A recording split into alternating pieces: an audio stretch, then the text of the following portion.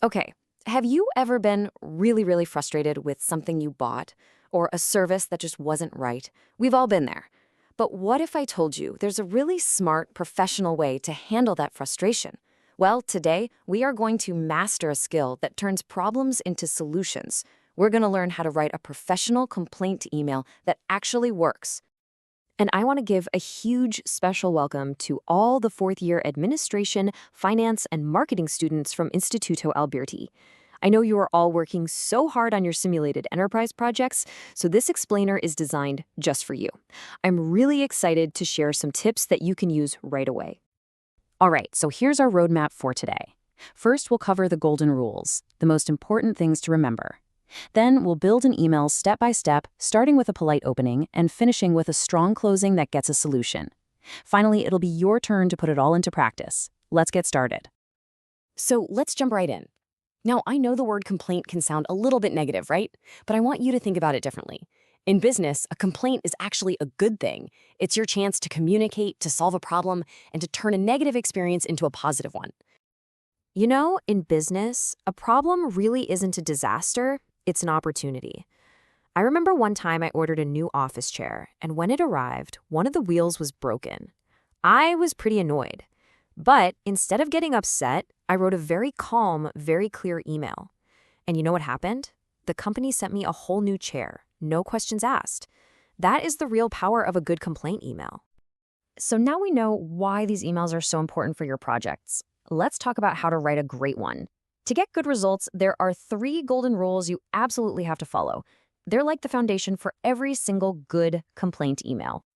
So what is a complaint email exactly? Well, it's pretty simple. It's a professional and polite way to say, "Hello, I have a problem with this product or service, and I would like your help to fix it."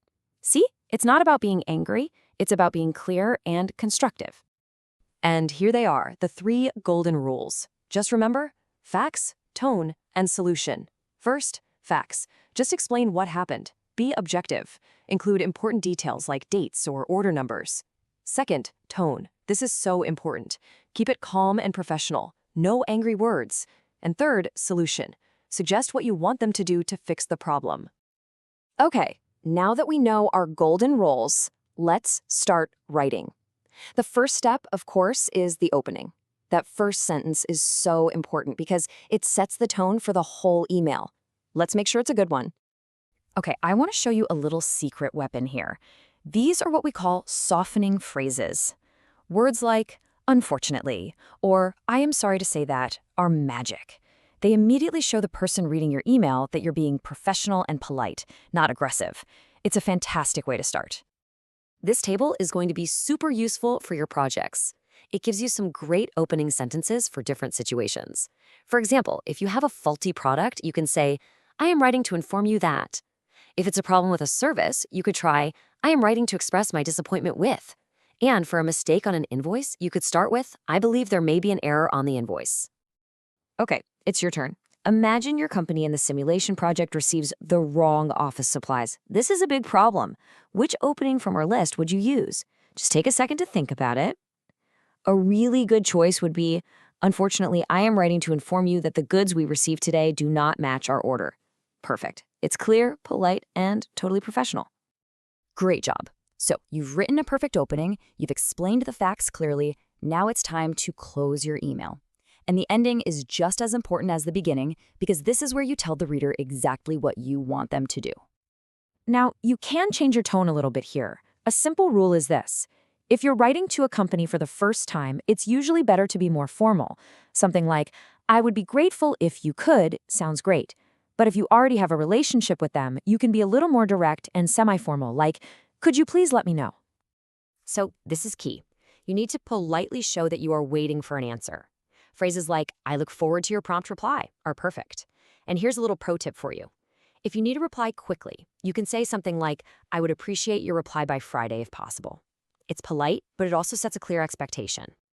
And these phrases here show that you are a good business partner. You want to work with them to solve the problem.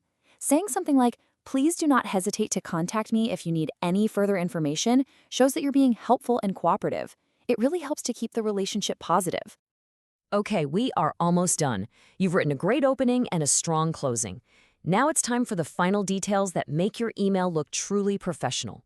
We're going to talk about keeping that perfect tone and choosing the right way to say goodbye.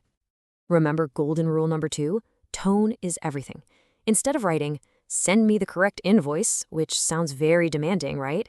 Try something like, "Could you please send the corrected invoice?" It makes such a huge difference, and you're much more likely to get a fast, friendly response. And finally, the sign-off. The rules here are really simple. Use yours sincerely when you know the person's name. For example, "Dear Miss Smith." Use yours faithfully when you don't know their name, like when you write "Dear Sir" or "Madam."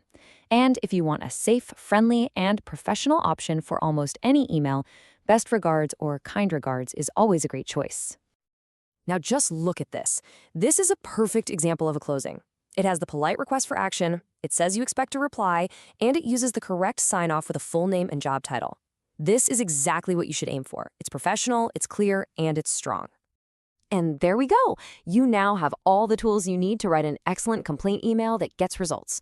But, learning is just the first part. The really important step is to actually use these skills, to put this knowledge into practice. So I have a challenge for you, the AFM students of Instituto Alberti. I want you to think about your simulated enterprise project right now. What's the first problem you have? It can be big or small, that you can solve using these skills. My challenge is this. Write that email today, use these tools, and turn that problem into a success story. Thank you so much for your attention, and go get some great results.